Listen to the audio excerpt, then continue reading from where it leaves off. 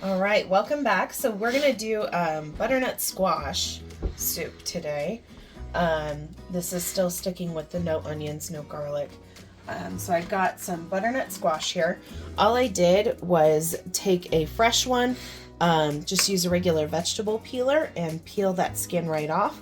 Cut the ends off, cut it open, scoop out the seeds. And then I just put it into chunks. We're gonna blend this at the end so the cuts don't fully matter. They don't have to be pretty. Oh wow, it looks like this is gonna fill this up.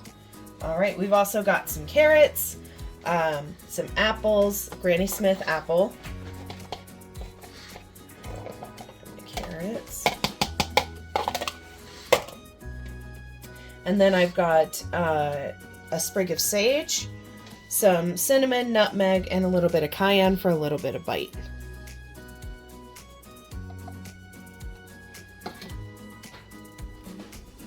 This is 2 cups of our specialty stock that we made. So we're gonna pour that in there. And lastly, we're gonna mostly season this at the end, but I'm gonna do a little bit of salt and pepper.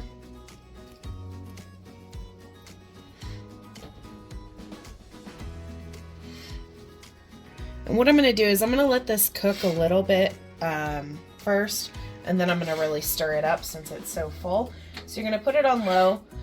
If you have room in your slow cooker to stir this up, it is good to do it now. I just don't have the room. So we're gonna let it cook for a little bit. It should go for 4 to 6 hours, and then we're going to blend it out. So we'll be back later. All right, so this has been going for 6 hours now on low. And what you're looking for the squash itself to be fork tender. I'm gonna remove this sage if I can.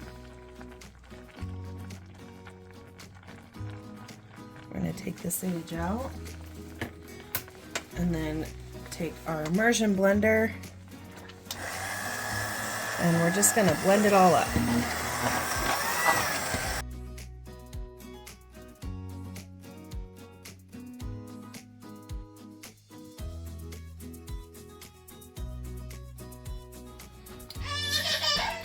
All right, last thing we're gonna do is add 1/2 cup of coconut milk. This is unsweetened coconut milk. We have enough sweet with everything in there already.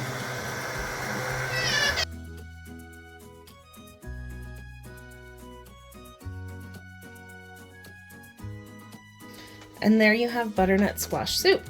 We're going to taste this and adjust salt and pepper to flavor. And then we have one more coming up. We have some broccoli cheddar, which is my personal favorite. So we'll see you soon.